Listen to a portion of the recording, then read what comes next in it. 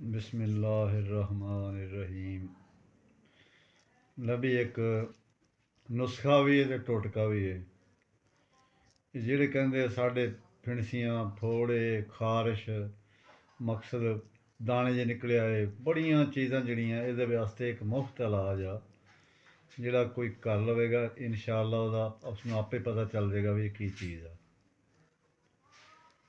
ਤੇ ਬਿਨਾਂ ਪੈਸੇ ਤੋਂ ਇਲਾਜ ਅੱਛਾ ਤਾਂ ਨਹੀਂ ਲੱਗਦਾ, ਕਿਉਂਕਿ ਠੰਡ ਉਦੋਂ ਹੀ ਪੈਂਦੀ ਜਦੋਂ ਮਾਲ ਖਰਚ ਕਰੀਏ।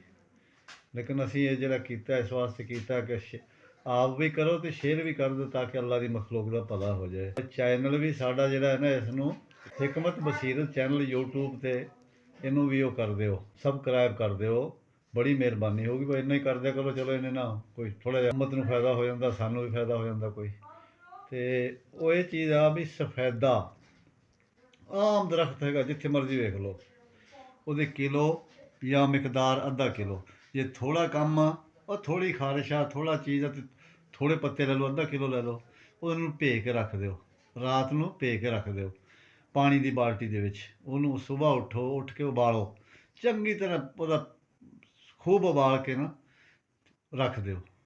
ਜਦੋਂ ਉਹ ਠਰ ਜਾਵੇ ਉਸ ਤੋਂ ਬਾਅਦ ਉਸ ਨੂੰ ਨਿਚੋੜ ਲਓ ਤਾਂ ਕਿ ਪੱਤੇ ਸਭ ਨਿਚੋੜ ਕੇ ਬਾਹਰ ਕੱਢ ਦਿਓ। ਅਤੇ ਉਹ ਪਾਣੀ ਨਾਲ ਜਿੱਥੇ ਜਿੱਥੇ ਖਾਰਿਸ਼ ਆ ਸਾਰੇ, ਜਿਵੇਂ ਨਹਾਈ ਦਾ ਜਾਂ ਜਿਵੇਂ ਵੈਸੇ ਬੁਰਸ਼ ਨਾਲ ਵੀ ਕਰ ਸਕਦੇ, ਵੈਸੇ ਵੀ ਤੁਸੀਂ ਆਪਣੇ ਉੱਥੇ ਜਿਸਮ ਦੇ ਉੱਤੇ ਅੱਛੇ ਤਰੀਕੇ ਨਾਲ ਸਾਬਣ ਨਹੀਂ ਲਾਉਣਾ, ਫਿਰ ਉਸ ਨੂੰ ਉਵੇਂ ਖੁਸ਼ਕ ਕਰਨਾ।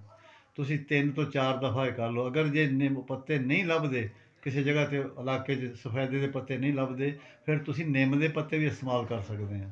ਇਸੇ ਤਰੀਕੇ ਨਾਲ ਤੁਸੀਂ 3 ਤੋਂ 4 ਦਫਾ, ਫਰਜ਼ ਕਰੋ ਅੱਜ ਕਰ ਲਿਆ, ਕੱਲ੍ਹ ਕਰ ਲਿਆ, ਪਰਸੋਂ 4 ਤੋਂ 5 ਦਿਨ ਤੱਕ ਤੁਸੀਂ ਇਹ ਕੰਮ ਕਰਕੇ ਵੇਖੋ। ਫਿਰ ਤੁਸੀਂ ਦੱਸਿਓ ਕਿ ਖਾਰਿਸ਼ ਦਾ ਜਾਂ ਦਾਣਿਆਂ ਦਾ ਜਾਂ ਜਿੰਨਾ ਕੁਛ ਵੀ, ਕਈ ਮਰਜ਼ਾਂ ਫੋੜੇ ਫੁੰਸੀ ਦਾ ਇਲਾਜ ਇਨਸ਼ਾ ਅੱਲਾਹ ਤਾਲਾ ਹੋ ਗਿਆ। ਅਤੇ ਦੁਆ ਕਰ ਛੱਡਿਓ।